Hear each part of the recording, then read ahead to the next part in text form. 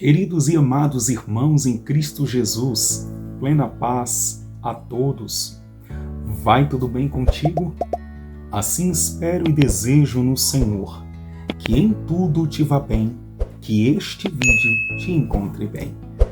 Glória a Deus por mais uma semana de vitória.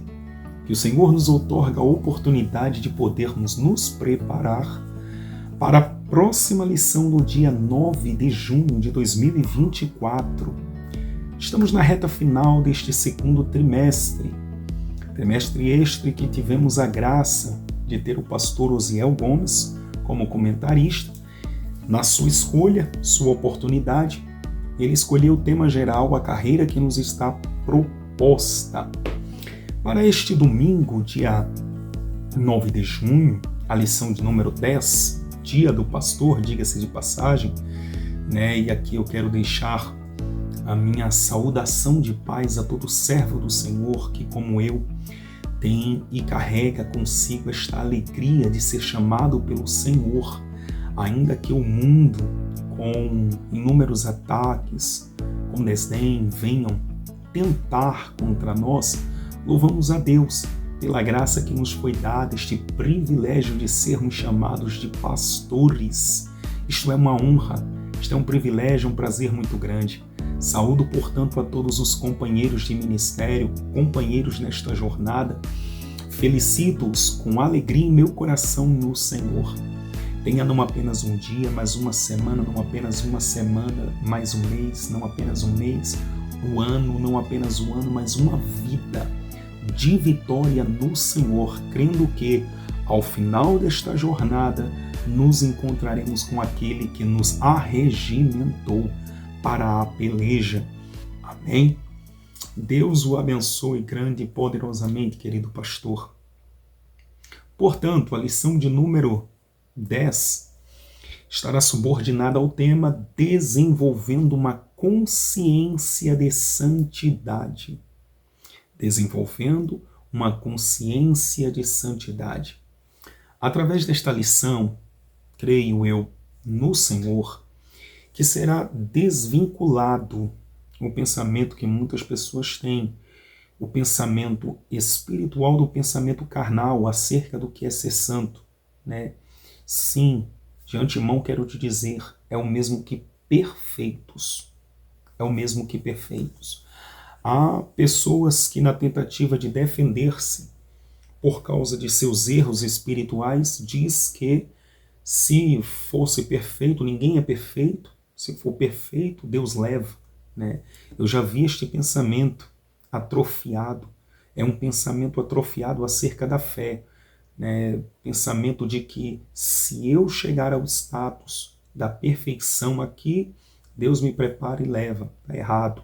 O Senhor nos chamou para desenvolver uma vida santa, sã, irrepreensível diante dos homens. Uma vida que serve de exemplo para todos. Este é um dos termos que mais abordaremos aqui. Iremos frisar bastante nesta lição a questão de exemplo. Sermos exemplos de boas obras, exemplo de piedade, exemplo dos fiéis. Portanto, o texto de ouro, estaremos fazendo menção do verso 14 do capítulo 12 de Hebreus. Tá? Texto áureo nos diz assim: segui a paz com todos e a santificação, sem a qual ninguém verá o Senhor. A verdade prática, extraída do texto de ouro, nos diz a seguinte assertiva: na jornada para o céu, devemos estar conscientes a respeito da necessidade de ter uma vida santa para nos encontrarmos com o Senhor. Mais uma vez, na jornada para o céu, devemos estar conscientes a respeito da necessidade de ter uma vida santa para nos encontrar com o Senhor. É o mesmo que ingresso. O teu ingresso para chegar no céu não é o simples fato de ter aberto tua boca, hasteado a tua mão e confessado a Cristo no meio do povo de Deus, ante os homens, ante o céu e a terra, confessado a Cristo como teu suficiente Salvador. Não, não basta isto. Tem que proceder de acordo com a decisão que você tomou. Basicamente é isto. Esta é a mensagem. Seguir a paz com todos. Paz é coisa de quem aceitou a Cristo. Seguir a paz com todos. Não se fala de manter a aproximação com todos. Há pessoas que são difíceis se manter relacionamento. Porém, a paz é indispensável. E muitas vezes, para que haja paz, é necessário haver distanciamento. Tá? Seguir a paz com todos e a santificação, sem a qual ninguém verá o Senhor.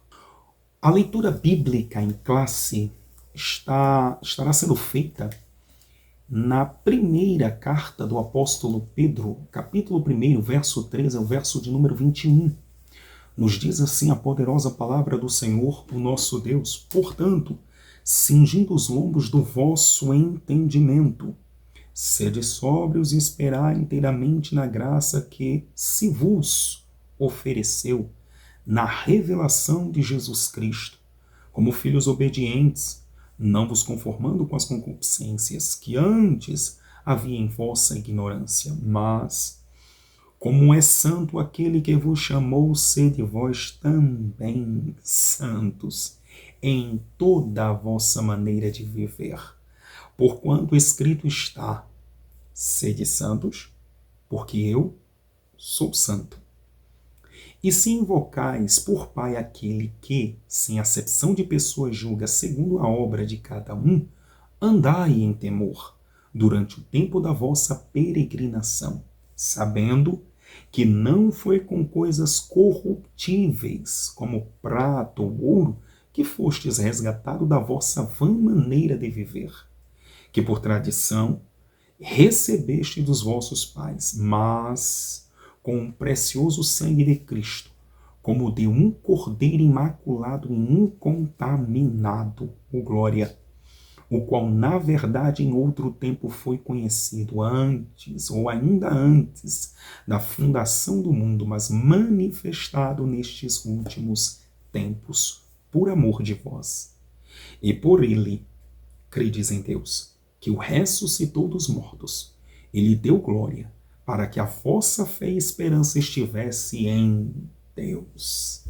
Irmãos, eu acho lindo demais a maneira com que o Espírito Santo conduziu os santos apóstolos na confecção destas cartas, né? A irrupção de riquezas celestiais, textuais, poéticas, né? Teológicas, muito rico, necessário e suficiente para o elevo de nossas almas, para o crescimento e edificação de nossa fé. Observando as Sagradas Escrituras, eu não vejo por que buscarem outros materiais, a não ser os materiais, obviamente, os materiais concernentes à palavra de Deus. Fora este, eu não vejo outro livro no mundo, outro segmento tão rico como o nosso. A palavra do Senhor, nosso Deus, é suficiente para nos alimentar, nos enriquecer e munir contra as obras infernais da maldade. Glória a Deus. Adentremos aqui com a introdução. A introdução nos faz o seguinte esclarecimento. A palavra consciência nos remete à ideia de percepção a respeito de algo que está em nossa volta. É o estado em que estamos despertos, acordados e lúcidos no tempo presente. Por isso sabemos que existimos.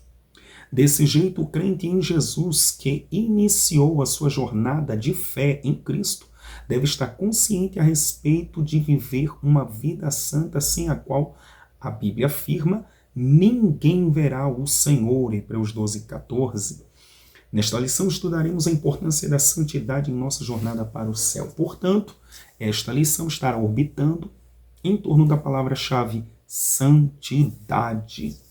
Gosto do louvor de meu irmão né, o hino composto pelo meu irmão Maciel. Um abraço ao querido Maciel. Ele tem um louvor que ele, no trecho do refrão, ele diz: santidade não tem idade, viva a pureza, pregue a verdade. Eu gosto. Primeiro tópico, a perspectiva bíblica da santificação. Primeiro subtópico, santificação no Antigo Testamento. Ouça isso, do Antigo ao Novo Testamento. Santidade nunca esteve restrito a um só tempo, um só período. Tá? Santidade não tem distinção, não é pré-requisito para algum cargo elevado, né, de liderança, algum grupo em específico da igreja. Não.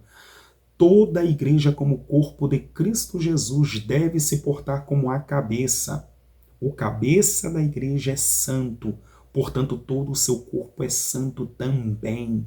Isto vale para você, homem, isto vale para você, mulher, ter este entendimento em seu corpo. Tá? Como Cristo, o cabeça é santo, sua igreja é santa, você e todo o seu corpo, alma e espírito devem se portar em santidade também. Não sou pastor, não sou líder, não sou batizado, não importa. Se confessa a Cristo como teu Salvador, o teu proceder deve ser em santidade. Do hebraico, kodesh, escute isso, é um substantivo masculino que significa sacralidade, posto à parte, que pode se referir a Deus, aos lugares, coisas, algo à parte, separado. Essa palavra deriva da raiz verbal hebraica kadash, o que traz a ideia de consagrar, santificar, preparar, dedicar, ser consagrado, ser santo, ser santificado, ser separado. Nesse sentido, a palavra Kodesh aparece cerca de 469 vezes no Antigo Testamento como santidade, coisa santa, santuário. Outro sim, o adjetivo kadosh, tá? Enquanto a palavra Kodesh é um substantivo, a palavra kadosh é um adjetivo. Muito presente no Pentateuco. Os primeiros livros da Bíblia traz a ideia de um dia uma pessoa, uma nação inteiramente consagrada, separada, santificada a Deus. Este primeiro tópico nos vem com esta proposta de nos deixar consciente que na minha forma, minha identidade interna e externa, a maneira como eu me apresento diante do Senhor e ante os homens, um substantivo ou um adjetivo, eu devo ser visto e reconhecido como alguém santo. Já quebra daqui, né? Quaisquer ideia de transportar a responsabilidade para fulano porque eu não tenho responsabilidade na igreja, ou abençoado, uma vez que aceitou a Cristo como teu único, suficiente Salvador de tua alma e o confessou diante dos homens, todos, independentemente da tua posição, de quantos anos você tem como crente na igreja, te verão, reconhecerão e talvez rechaçarão você pelo fato de você ser e deve ser santo, visto, reconhecido como santo. Qualquer delito que você venha apresentar, eles vão falar, vão apresentar, vão te mostrar e desdenhar de você, mas não é crente. Esse termo, mas não é crente, é a mesma ideia de dizer, não deveria ser santo, né? Não apresenta-se como servo de um Deus santo, né? Ele não confessa um Deus que é santo, a característica do Deus dele não é de santidade, o Deus dele não pede para que venhamos a imitá-lo, né? Não deveria ser assim, ele deveria proceder desta forma. Sua identidade parte daquele a quem você confessa como seu Senhor. Amém? Tenha isto em mente. Sua identidade parte acerca daquele que você reconhece como seu Senhor. No Novo Testamento, o verbo, segundo o subtópico do primeiro tópico, grego, agiadzo, quer dizer santificar. Traz a ideia de tornar santo, purificar ou consagrar, venerar, ser santo. Este segundo subtópico do primeiro tópico nos traz a ideia de que eu estou, mas não pertenço. De que forma? Ele falou do verso 11 do capítulo 6 de 1 Coríntios. Capítulo 12, que é o contexto deste texto, ele nos fala que tudo me é lícito, mas nem tudo me convém. Tudo me é lícito, mas eu não me deixarei ser dominado por nenhuma delas. Ou seja, não é o ambiente quem vai me apresentar. Independentemente de onde eu vá, aonde eu chegue, onde eu esteja, o caráter que Deus gerou em mim, um caráter de santidade, aquele que eu sirvo, será apresentado a tudo e a todos. Seja por um ambiente nocivo, ou seja um ambiente de paz, um ambiente hostil ou um ambiente amistoso. Eu andarei vigilante. Do Antigo ao Novo Testamento, estas são lições em nós apresentadas. Terceiro subtópico do primeiro tópico, a santidade exigida pela palavra. Em nossa jornada cristã rumo ao céu, a palavra de Deus exige santidade em todas as áreas de nossa vida. Isso porque a palavra da verdade nos santifica. João 17:17. Veja, o caráter de Deus é santo. A suma deste primeiro tópico, o caráter de Deus é santo. Como um Deus santo, ele deseja se relacionar conosco, mediante o seu caráter, não é o meu caráter. Deus me aceita como eu estou, mas não quem eu sou, a identidade do mundo. Como eu estou, ele me aceita. Mateus capítulo 11, verso 28 ao verso 30. Vinde a mim todos os que estáis cansados e sobrecarregados, e eu vos aliviarei. Esta é a ideia.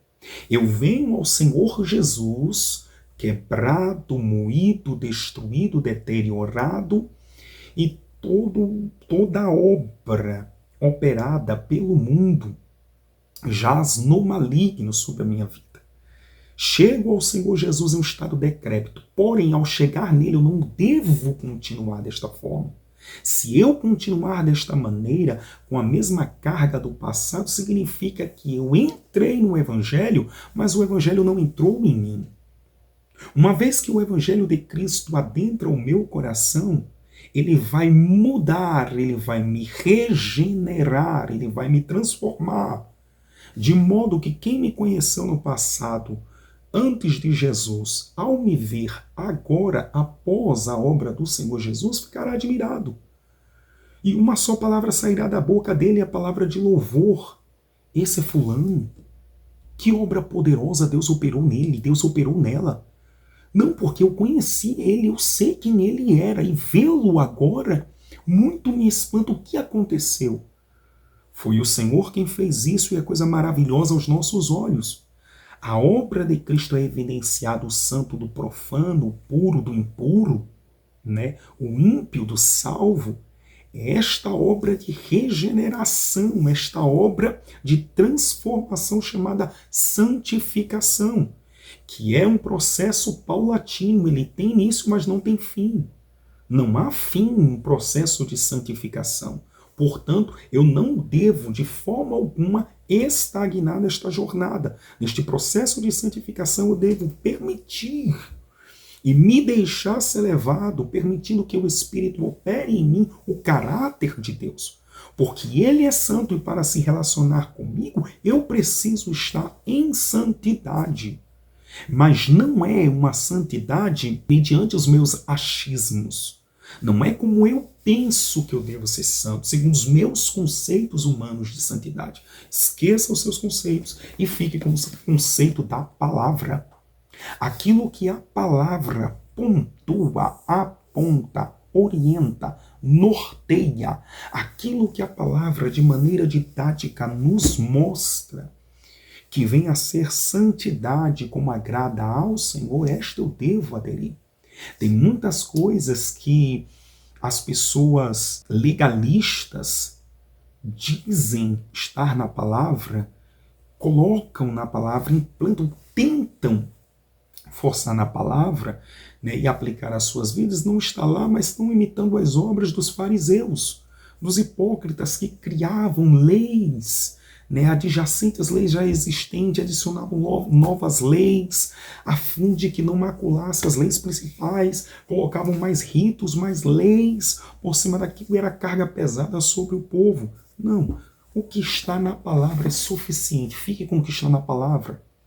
Não incremente, não adicione, não imponha carga pesada sobre si, que são desnecessárias. Aquilo que está na palavra é suficientemente poderosa para nos fazer estar de acordo com o propósito primário, principal, propósito magistral de Deus, que é semelhantes a Ele como Ele é.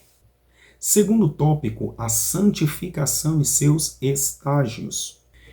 Bem, neste primeiro subtópico do segundo tópico, a realidade da santificação, veremos que o propósito da santificação, como eu bem falei, é de parecermos com o Senhor.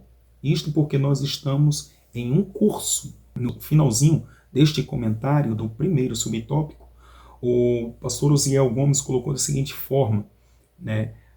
A santificação bíblica é um processo que abrange pelo menos 3 estágios. Santificação inicial, que é o posicional, você parte daquele ponto, né? Deixa de ser visto como iníquo porque aceitou a Cristo, passa a ser visto agora como santo.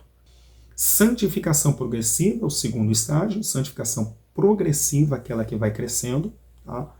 Provérbios 4, verso 18, as veredas do justo é como a luz da aurora que vai brilhando mais e mais até ser dia perfeito. E o último estágio é a glorificação. Este da glorificação é quando de fato chegarmos na glória e assim recebermos a alegria do Senhor como está. Filipenses capítulo 3, verso 21, texto que transformará nosso corpo abatido para ser conforme o seu corpo glorioso, segundo o seu eficaz poder de sujeitar também a si todas as coisas. E primeira epístola do apóstolo João, capítulo 3, verso 2, que diz: amados, agora somos filhos de Deus, e ainda não é manifestado o que havemos de ser, mas sabemos que, quando ele se manifestar, seremos semelhantes a ele, porque assim como é, o veremos. Perceba, esta obra não vai acontecer do nada sobre o nada, ela vai partir de algo, né? Algo que já está em curso. Esta é a ideia que o pastor Osiel Gomes está colocando aqui no primeiro subtópico do segundo tópico. Algo que já está em curso, uma realidade, não algo fantasioso, não algo pós-arrebatamento. Não, eu devo começar daqui. O meu processo de adequação, o meu processo de formação, né? Eu entrei numa forma. É esta a ideia que você precisa ter. Quando você aceitou a Cristo e agora você precisa andar segundo as Escrituras Sagradas, você está em curso de que? Se tornar semelhante a Cristo.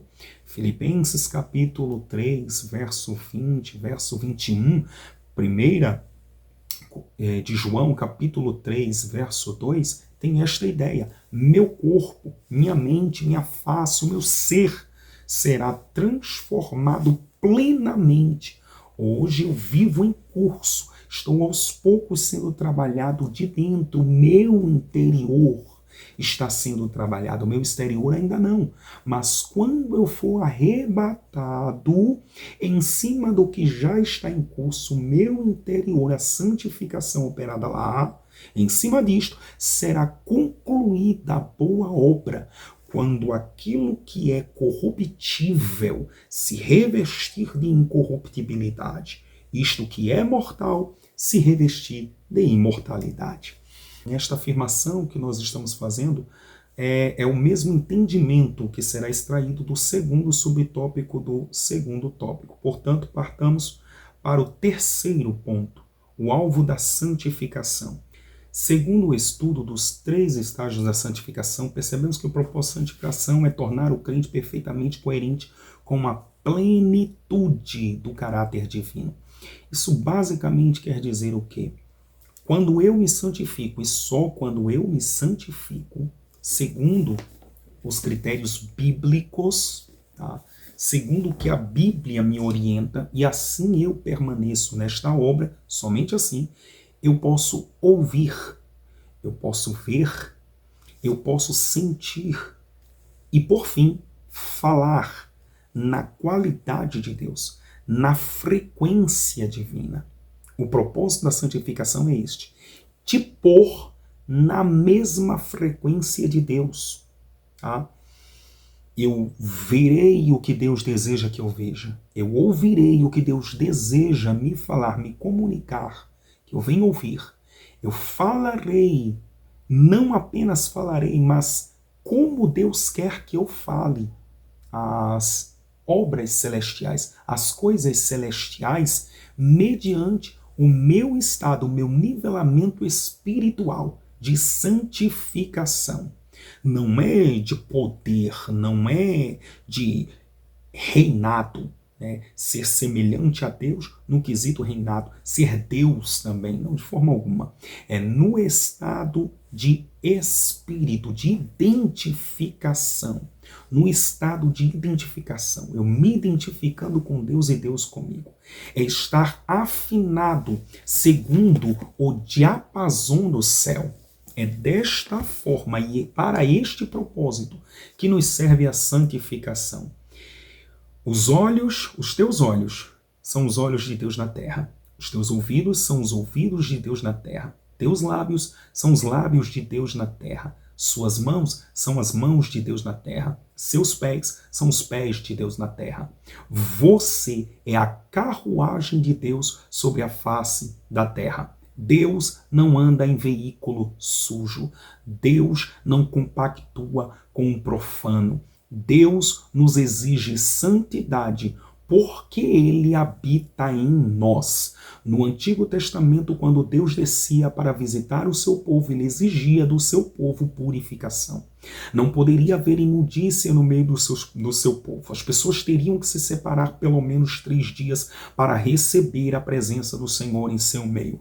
Hoje não é diferente. Para que Deus habite em você, é necessário você manter a consciência de que Deus é santo e, portanto, você deve ser santo como Ele é. Porque você é instrumento de uso peculiar de Deus. Seja santo como Ele é santo. Terceiro e último tópico: o julgamento do Deus Santo. Primeiro subtópico: o Deus Santo. A Bíblia revela Deus como o Santo de Israel, com um nome santo. Os serafins declaram a sua santidade e santidade de quem pode ser igualado a Deus. Desse modo, a Bíblia afirma enfaticamente que Deus é santo. Assim, Ele é o nosso parâmetro para uma vida de santidade, conforme registra o texto bíblico. Assim, Ele é o nosso parâmetro para uma vida de santidade, conforme registra o texto de Levíticos, capítulo 19, verso 2. Santo sereis, porque eu, o Senhor vosso Deus, sou santo. O nosso Deus exige que sejamos como Ele. O processo de santidade é operado por Ele, mas manter-se desta forma como Ele operou é responsabilidade nossa. Segundo subtópico, e o terceiro subtópico é um resumo do que já falamos aqui. Santidade exigida a todos os crentes e a santidade e justiça de Deus. Na santidade exigida a todos os crentes, nós sabemos que a igreja de todo mundo, em todo lugar, deve se portar de uma só maneira, na sua forma de ser, independentemente de sua cultura, independentemente de sua língua, independentemente de sua pátria. O que a Bíblia exige no Oriente também exige no Ocidente. Não importa leste, oeste, norte, sul, noroeste, nordeste, sudeste, sudoeste, não importa aonde seja, geografia do lugar, não importa. A palavra de Deus é uma só. O Espírito que opera por meio desta palavra é um só. O Deus exigente desta obra é um só. Seu caráter não muda. Tiago, capítulo 1, verso 17, que fala que no Senhor, o nosso Deus, o Pai das luzes, não há mudança, nem sombra, ou seja, nem resquícios de variação. Não há nele penumbra, não há nele ideia que dê suporte a essa ideia de variação. Tratar com um desta forma, porque é em um lugar de pessoas ricas, né? Pessoas influentes, pessoas financeiramente abastadas, Deus tratar com estes dessa forma e com aqueles em detrimento daqueles outros de outra forma. Com os que são mais pobres eu vou exigir mais santidade, com os que são mais ricos eu não vou exigir, eu não vou apertar tanto, porque se eu apertar eles fogem. Meu amigo, do Senhor que nos é exigido sermos santos, independentemente de quem somos, onde moramos, com quem convivemos, de que meio somos oriundos. Seja santo, como o Senhor, o nosso Deus, é santo. Esta é a proposta para este domingo. Santidade, como diz o louvor do nosso amigo irmão Maciel, não tem idade. Santidade não tem limites, por questão de cultura, por questão de etnia, racial. Não existe limite por questão de tempos. Os tempos mudaram. Os tempos mudaram. Nós estamos em um tempo, em uma era, que é necessário nos adequar. O primeiro e o segundo versículo do capítulo 12 de Romanos nos diz: rogo-vos, pois, irmãos, pela compaixão de Deus. É o mesmo que o apóstolo está dizendo, irmãos, pelo amor de Deus. Pelo amor de Deus, apresenteis os vossos corpos em sacrifício vivo, santo e agradável a Deus, que é o vosso culto racional. E não vos conformeis, não entre de acordo com este mundo, né?